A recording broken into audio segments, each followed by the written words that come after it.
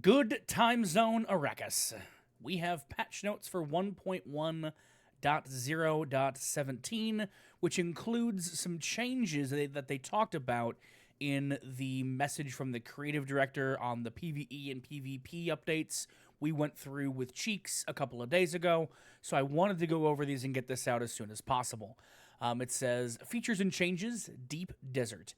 As outlined in a message from the creative director on PvE and PvP Dune Awakening, this hotfix will see the first iteration of the changes to the balance between PvE and PvP in the Deep Desert. Rest assured that we will continue to listen to your feedback and make adjustments in the future. It says the PvE area has been adjusted to encompass the entire southern half of the Deep Desert map. This means that players who have no interest in PvP should be able to find what they want without engaging in PvP.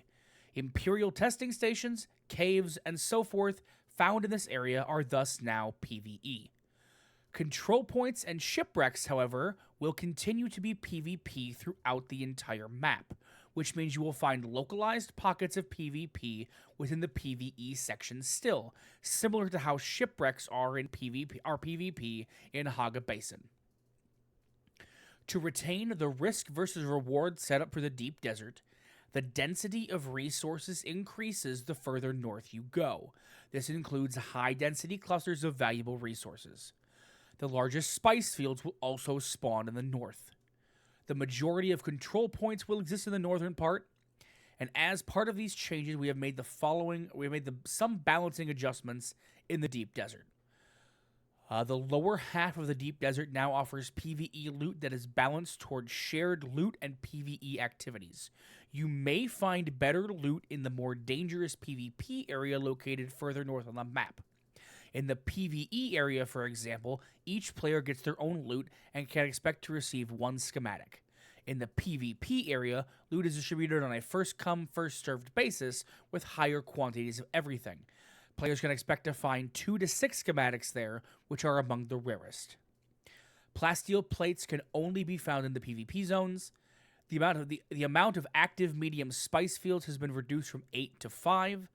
The number of active small spice fields has been increased from 20 to 22.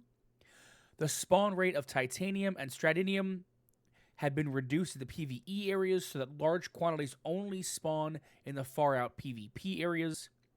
The number of nodes in the resource hotspots in the PvP part of the map has been reduced. The respawn time of titanium and stradinium has increased from 35 to 45 minutes.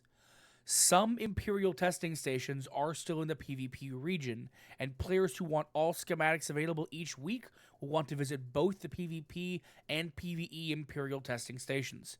Keep in mind the loot in them rotates each week, so even if you're not interested in PvP, you could obtain it at a larger date if you're not able to trade or buy it off the exchange.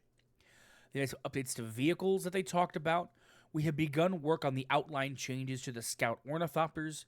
Equipping a rocket launcher will now decrease the top speed of your Ornithopter. For Scout Ornithopters, the reduction is 20%. For Assault Ornithopters, the reduction is 10%. Info cards for the modules now reflect this change.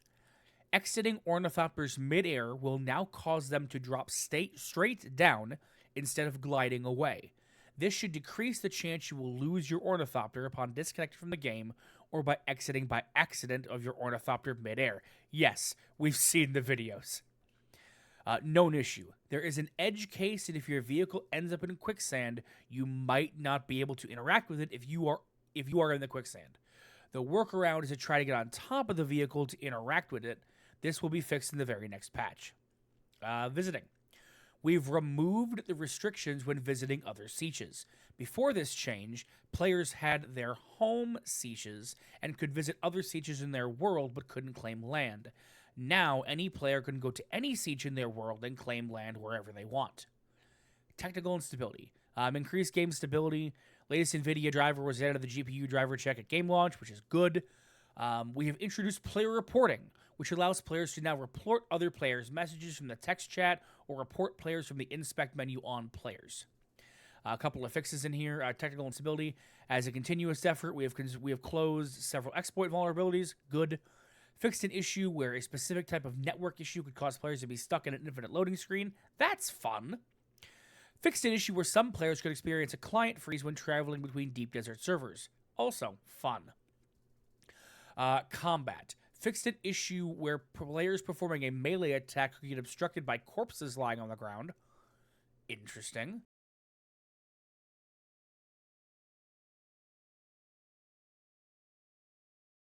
Several Sandbike research schematic failed to mention the Imperial testing station as a primary source. Whoops. Travel. Fixed an issue where players could use an ornithopter pilot service to fly from cities in the Haga Basin if they had arrived in the city with their ornithopter. Whoops. Interesting. And miscellaneous. You'll no longer lose earned emotes when respecking your skill tree. So that is a quick look at the changes that they're implementing.